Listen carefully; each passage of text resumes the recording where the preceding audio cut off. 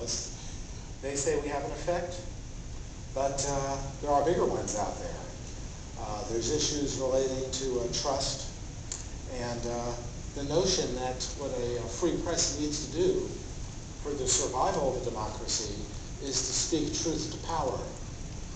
And those are much bigger issues involved with the press. Beyond that, what I feel about the whole issue is that, well, there's a lot of people who are a lot smarter than me talking about how to preserve journalism jobs, how to expand on them, and to make more and better careers out of this. There I defer to people who are, again, a lot smarter than me, like Jay Rosen, Jeff Jarvis, Ellen Miller, folks like that, Dan Gilmore. I'm leaving out some. But the idea is that people are trying to figure out what are the new business models for journalism. Jeff, a few months ago, had a summit on the future of journalism business models at the City University of New York. And what Jeff and I need to do in a way is to follow through and maybe suggest, let's say at the Berkeley Journalism School, that they have a West Coast version of that. Because again, we really need better and more investigative reporting. We need people to speak truth to power, even when it's uncomfortable. More? Hey Craig, Sean O'Connor at ratingworld.com. First of all, I'd like to thank you for creating a site like Craigslist. I made a short film about a year ago, and I got 90% of my crew off your site.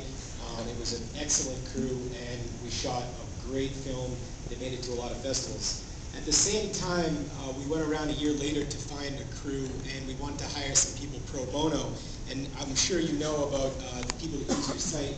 Those ads tend to get flagged immediately. And I was wondering if that's what your site promotes, to get people to work for free, just for the passion, for experience, and how you can prevent people in the future from flagging these posts when people are just trying to go out and create ads. Okay. If you think there's a problem there, and this applies to anyone with anything here, I'm Craig at Craigslist.org. Better to get me in the afternoon than send something in the morning or late at night because of the patterns of spam. I wake up and I have 150 to 200 spams in my spam folder, and yet I feel I got to go through it.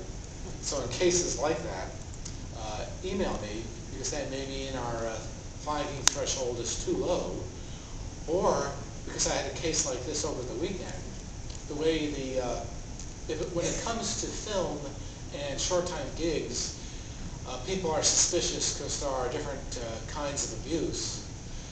The case over the weekend involved a guy who wanted to do what he was calling fashion photography, etc. And whether his stuff was legitimate or not, he was phrasing it to sound pretty iffy, and that was his problem. So there are times I've seen when people have legitimate ads, but let's say the hype level is pretty high, and that's kind of flag bait. Hi, sorry. There's a guy here too after. Okay, sorry. Jason Borbet, Business Director from FI. I, like everyone else here, have admired Craigslist for years. Think it's a fantastic site, great utility. What I'm wondering is your opinion on the fact that Craigslist is such a simple site. It's just essential links, hyperlinks, deep phrase, everything. What about the new sites that are coming out, the ones that are more robust, that offer more technology? Do you think that the future of the internet and social networking and the social marketplace is going to be a mix of more complexity, or is it going to continue to get more simple than even Craigslist? I think the marketplace will be driven by what genuinely serves people. Again, the pattern we've started from the beginning was one of engagement and following through, and that matters. People have done some pretty cute technology, and when we ask people in our community, not developers or tech people, but just ordinary people trying to get through the day, they want something which is simple and fast, and they don't care about, let's say, fancy client-side JavaScript.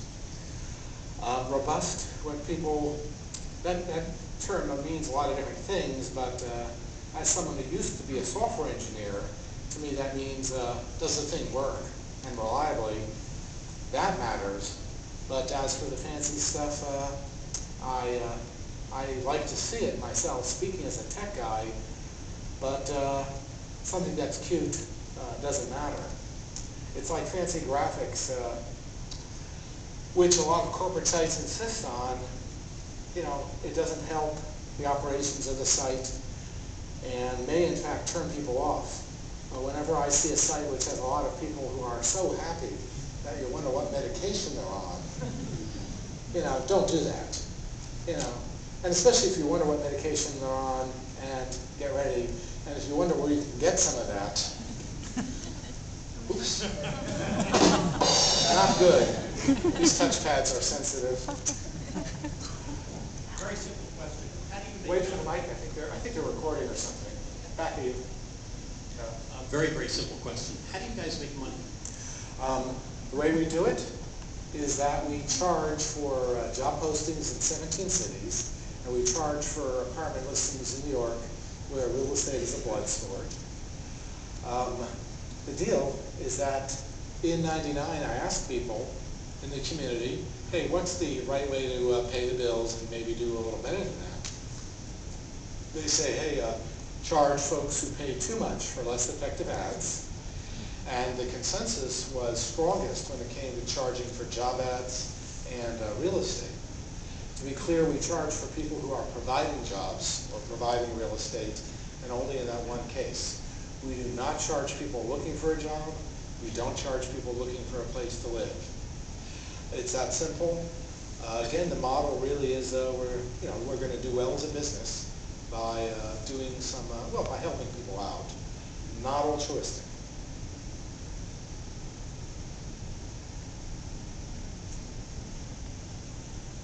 Question. Oh, there's a few more up here. I don't know if this is a question as much as a statement. My name is Marcus Nelson, and I'm co-founder of User Voice. We do online feedback forums.